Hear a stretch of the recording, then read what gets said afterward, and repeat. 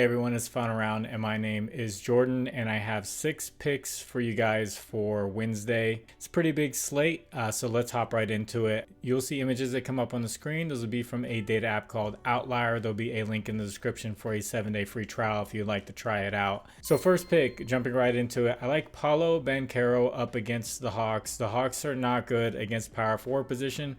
When it comes to points, he has a really great matchup, but his line is pretty high. I still like that line. But he also has a good matchup for rebounds, and I really like where this line is at. So I like him over 6.5 rebounds. The Hawks are giving up the 10th most rebounds to this power forward position, and he's gone over 67% of games where Franz Wagner has been out. I know Franz Wagner isn't some like huge rebounder who's going to take rebounds away from Paulo Beno, but it's more about the minutes that he's going to have to play with Wagner out, especially if this ends up being a close game. Second pick, I like Bam Adebayo over 22.5 points up against the Raptors. Now, obviously, the Raptors made a trade recently that has affected their team chemistry and everything. There's been one consistent guy who's been out, and that's Jakob Poeltl, which has opened up a soft spot for their defense. And they're giving up the 5th most points to the center position over the past 2 weeks with Jakob Poeltl out. So Bam Adebayo is definitely going to have the biggest mismatch for the Heat up against the Raptors. And Eric Spoelstra, being one of the best coaches in the NBA, I expect him to utilize that matchup and see it and get Bam Adebayo the ball. Bam is averaging 20.5 points over his last 10 road games. So this is just above his average, but I would expect with that really good matchup, he gets a few extra buckets here and go over this 22.5 points mark. And if you guys could you please like the video? And if you haven't, please subscribe to the channel. If you have a little bit of extra time, could you just leave a comment for the algorithm? You can put anything, you can put an emoji, and it just tells YouTube to get that out there for more people to see. And thank you to the people who do comment.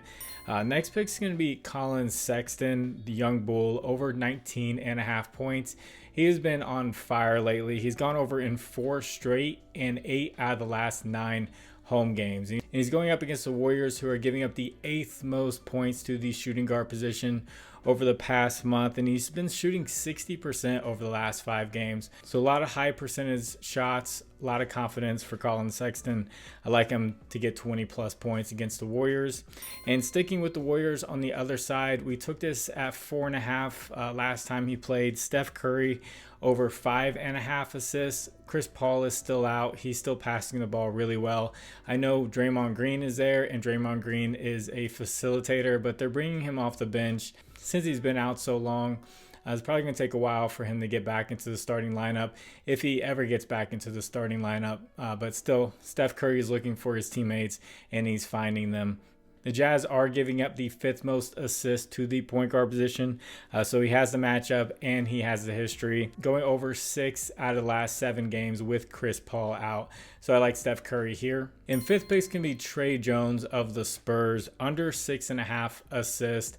I know he had a huge assist game last game, but he was pretty much just dumping it to Wembanyama when they were down by 30 points, and Wembanyama was just turning around, just getting easy buckets in that second half, and Trey Jones' assists were just racking up. But now he's going up against a really tough defense in the Celtics, who give up the 7th least assists to the point guard position, and he did just play against them with Wembanyama on this minutes restriction, and he only got 2 assists against them, and this has very high blowout potential.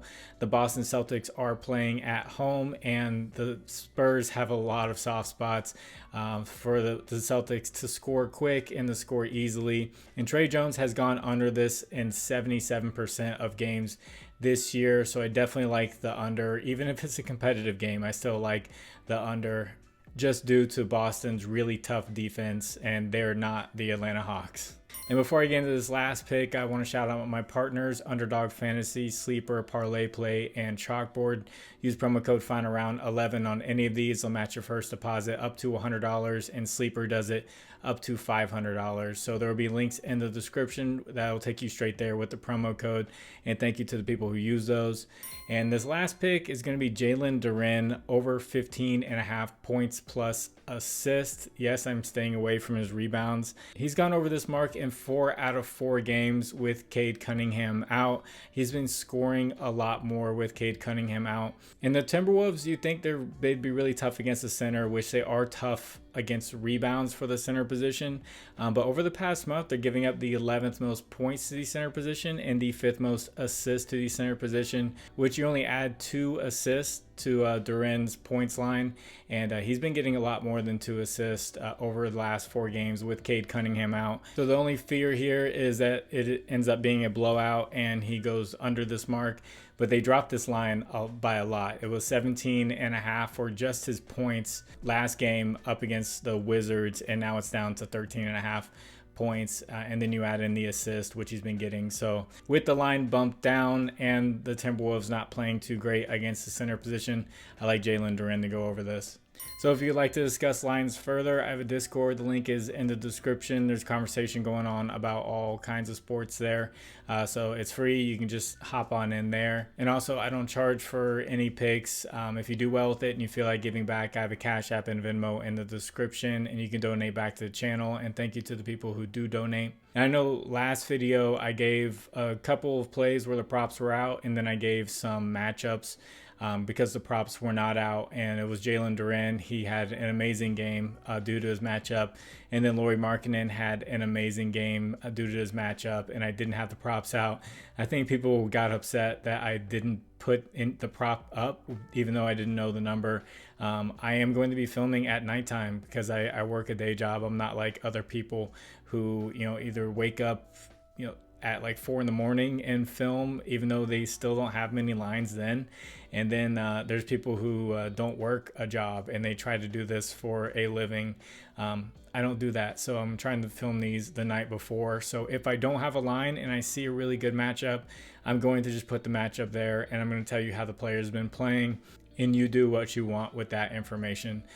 So don't get upset if I do that and I don't know the line. Those plays ended up being great plays if you had taken them. So I'm going to get this out to you all. Thank you all for watching. God bless you all. It's the final round. My name is Jordan. I'll catch you on the next one. Bye.